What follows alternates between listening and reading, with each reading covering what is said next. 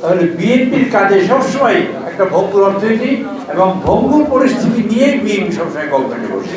সেখানে শিক্ষিত মানুষ আছে না, তারা সংবিধান নতুন করে লেখে নাই কেন? 106 বার সংবিধান সংশোধন করেছে। কয়বার? জোরে বলেন, কয়বার? 106 বার সংবিধান সংশোধন করেছে, নতুন করে লেখে নাই কেন? 106 বার তো নতুন করে লেখা 106টা ধারা হয়েছে। সংবিধান নতুন করে লেখা যায় না। সংবিধানের কতগুলো ফান্ডামেন্টাল জিনিস থাকে, সেইটা সংশোধন হয়। সেই জন্য আমরা পার্লামেন্টে 17 সদস্য বিশিষ্ট কমিটি করেছি।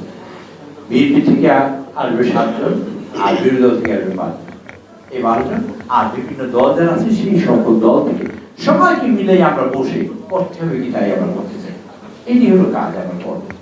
আমরা তাদের দাওয়াত করি যে আপনারা আসেন, সংবিধান সংশোধন করি।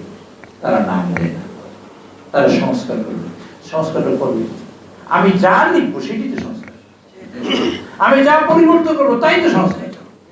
এই বিভ্রান্ততা সৃষ্টি করার চেষ্টা করছে, তাদের হাতে কোনো বিষয় নেই, তারা আলোচনা করেছে। আমি নিজেই অনেকবার আলোচনা করেছি এবং তারা নাম দেওয়ার কথা বলার পরেও দুর্ভাগ্যজনক করে তারা নাম দেয় নাই, কারণ তাদের হাতে আর কোনো পয়েন্ট নেই বাইরে নেওয়া। বাইরে নেই আপনাদের কাছে বলবেন কি বলেন, লোকজনের কাছে সেই সংবিধান সংস্কার করেছি বিএনপি করেন, আমরা তো করতেছি। এবং যা কিছু স্বাক্ষর করেছে দক্ষিণ প্লাজায় সংসদে সবাই মিলে, তার একটা দাড়ি কমা সেপিগল আমাদের নেতা তারিক সাহেব বলেছেন তার কিছুই বাকি হবে না, সবটাই করবো। নির্বিচারে হত্যা করতে পারত, সেই রাজনীতি ছিল। এরপরে এসেছে, তাতেও যখন কোনো কাজ হয় নাই, দেশের মানুষ যখন খুশি উঠেছে, এদেশের 42,000 কর্মী, রাজনৈতিক কর্মী যখন নিহত হয়েছে, এই যে বাবু ভাই সাক্ষী হবে নিশ্চয়ই, 42,000 এবং হোম মিনিস্টারের বাড়ি ঘেরাও হয়েছে, ইন্ডিয়ান এমবেসি মতো ঘেরাও বন্ধ হয়েছিল। আমি তার সাক্ষী, আমি জীবন্ত সাক্ষী। সেই সময় যখন দেখে তারপর মানুষ খুশি, তখন দেশে দেওয়া হয়েছে বাকশাল, কোনো পত্রিকা থাকবে না, মানুষ কথা বলবে না, কোনো টেলিভিশন থাকবে না, এবং রাষ্ট্রপতি যে আইন করবেন সেটা এক। বাংলাদেশের সংবিধান সংশোধন করতে 3 ভাগের 2 ভাগ সদস্যদের স্বাক্ষর করতে হয়, আর রাষ্ট্রপতিকে অপসারণ করতে হলে 4 ভাগের 3 ভাগের লাগবে সেই স্বাক্ষর। অর্থাৎ সংবিধানের উল্টে দাঁড়াবে রাষ্ট্রপতি, তার নাম শেখ মুজিবুর রহমান, যার মৃত্যুবার্ষিকী আজকে, এবং আজকে সেই মৃত্যুবার্ষিকী আজকে।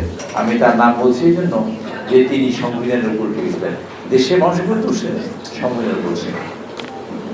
সেই তিমির অন্ধকার পেরিয়ে যখন মানুষ আমাদের না খেয়ে থাকে, বাচ্চারা না খেয়ে থাকে, মানুষ না খেয়ে মারা যায়, সারিবদ্ধ লাশ, বাসন্তীরা কাপড়ের পরিবর্তে যখন চাল করে, এরকম বাবুর ইজ্জত যখন বিক্রি হয় এবং লুণ্ঠিত হয়, সেরকম সময় একটা ত্রাণ করতে হিসেবে আমাদের একটা মানে আলোক শিক্ষা দাঁড়িয়ে আমাদের পাদক পিঠে হাজির হলেন আমাদের জীবন। দীর্ঘ 17 বছর আপনারা পালিয়েছিলেন, দীর্ঘ 17 আইনও করেছিলেন, জেল জুলুম নির্যাতনের শিকার হয়েছেন, আপনার গুমের শিকার হয়েছে, আপনার খুনের শিকার হয়েছেন। এক লোকের হাতে 1013 জন মানুষ নিহত হয়েছে, সেই লোকটা এখন 1013 জন মানুষ। আমাদের প্রধানমন্ত্রী জনাব তারেক রহমান একটা সভায় তিনি বলেছেন, আমি সেই সভাপতিত্ব করেছিলাম, সেই সভায় তিনি বলেছেন, আমার আম্মা যদি জিজ্ঞেস করতাম আমার আম্মাকে, আম্মা আমি কি প্রতিশোধ দেবো, আমার মা যদি বেঁচে থাকতেন বলতেন তোমার অনেক কাজ আছে, দেশ গঠনের অনেক কাজ আছে, প্রতিশোধের ব্যাপারটা হয়তো এড়িয়ে প্রতিশোধ দিয়ে বলতেন না। আমরা কি করব, আমাদের কিছুটা মানে আপনাদের কাছে জানতে চাই, আপনারা আজকে যা কথা বলছেন যে একটা অনুভূতি, একটা পালস আমার কাজে লাগবে, এটা আমি কাজে লাগাবো ইনশাল্লাহ। তবে আপনাদের যেটা জানতে চাই সেটা হলো এই, গত 5.5 মাসে আপনারা তারেক রহমানকে দেখেছেন, গত 5.5 মাসে তারেক রহমান যে ইমেজ তৈরি করেছেন দেশে, আমি তো মনে করি না স্বাধীনতার পর এরকম ইমেজ 5.5 মাসে কোনো গভর্নমেন্টে বসে কোনো নেতা তৈরি করতে পেরেছে। আমার দেখার সুযোগ হয়েছে স্বাধীনতা যুদ্ধকে, অংশগ্রহণ করার সুযোগ হয়েছে, আমার দেখার সুযোগ হয়েছে বাকশালের শাসনামল, তার আগে ঘোড়াদাবরণ শাসনামল, দুর্ভিক্ষের শাসনামল, আমার দেখার সুযোগ হয়েছে জিয়াউর রহমানের শাসনামল, আমার দেখার সুযোগ হয়েছে স্বৈরাচারের শাসনামল, আমার দেখার সুযোগ হয়েছে কঠোর স্বৈরাচার ইন্টারের শাসনামল, আমার দেখার সুযোগ হয়েছে সামান্য কিছুদের জন্য গণতন্ত্র, সেই গণতন্ত্রের শাসনামল। আমি যদি সব কথা একবারে বলি তাহলে আমরা ঐতিহাসিকভাবে যে দুর্ভাগ্য বহন করি, তাহলে বিএনপির কাজে সবসময় একটা ভঙ্গুর অর্থনীতি এবং ভঙ্গুর পরিস্থিতি নিয়ে বিএনপি সবসময় গভর্নমেন্টে বসে। 1974 সালে যখন দুর্ভিক্ষ হয়, আপনাদের কার কত বয়স আমি জানি না, আমি অনেক ক্লাস দেখেছি। আমি তখন ঢাকা বিশ্ববিদ্যালয়ের শেষ বর্ষের ছাত্র। আপনারা আমার কথা শুনে আমি আপনাদের সাথে কথা বলতে চাই। আমি সেই লাশ দেখেছি, লাশ শুনেছি। আমি নিজে এই ফুলদরকারের ছাত্র, এই কাছেই একদম আপনাদের কাছে। আমি সেই হলের ছাত্র। আমার রাত্রে রুটি খেতাম, কোনো রাত্রে আমরা রুটি পেতাম না। হলের ছাত্র, টাকা দিয়ে রুটি পেতাম না, সেরকম সময় আমরা বার করেছি। এতেও যখন কাজ হয় দেখে দেশের মানুষ তারপরে কথা বলে, সেই কথা বন্ধ করার জন্য তারপর হয়েছে বাকশাল, মানে তা হয়েছে রক্ষী বাহিনী। এই রক্ষী একটা কমও যদি পরিবর্তন করে, সেটাই তো সংস্কার। এটা বুঝেন আপনারা? এই কথাটা আপনারা বলবেন, সেটাই সংস্কার। সংবিধানের 3টে পদ্ধতি আছে। একটা দেশ নতুন করে যদি স্বাধীন হয়, তাহলে সেই দেশটা নতুন করে সংবিধান দিয়ে, আর যদি মার্শাল জারি হয়, তাহলে সংবিধান বাতিল করে দিয়ে আবার নতুন করে মার্শাল আইনে চলে, সংবিধান বাতিল থেকে কাজ হয়। আর একটা বিষয়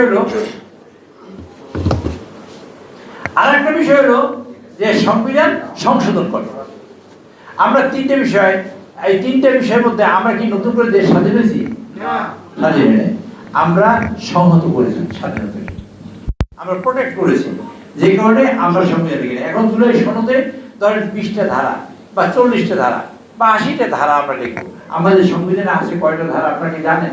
আমি বলি 153টা ধারা, 153টা অনুচ্ছেদ বলে, এই অনুচ্ছেদ আছে। আচ্ছা 20টা আমি নিলাম জুলাই সনদ থেকে, আর বাকিগুলো বলবো কি ফেলে দেবো? বাকিগুলো ফেলে দেবো না। আচ্ছা ভারতের স্বাধীন হয়েছে 1947 সালে, ভারত স্বাধীন জানেন তো আপনারা? এটা তো অন্তত ইয়ে খায় আপনারা, 47 সালে স্বাধীন হয়েছে না? আচ্ছা ভারতের সংবিধান তৈরি হয়েছে কত সালে বলতে পারবেন আপনারা? আমি বলে দিই, আপনারা শুনে রাখেন, 1950 সালে। ভারতে 150 কোটি প্রায় মানুষ এখন, তাই না? সবাই অশিক্ষিত না? শিক্ষিত, সব অশিক্ষিত না। সেখানে চিফ জাস্টিস আছে না একজন? ইউএফটি ফার্স্টের সাথে ট্রেড করুন যে কোনো জায়গা থেকে। ক্যাম্পাসে ক্লাসের ফাঁকে, ঢাকার জ্যামে বসে কিংবা ঘরে বসে, ট্রেডিং এখন হাতের মুঠোয়। তাই ট্রেড করুন যখন খুশি, যেখানে খুশি।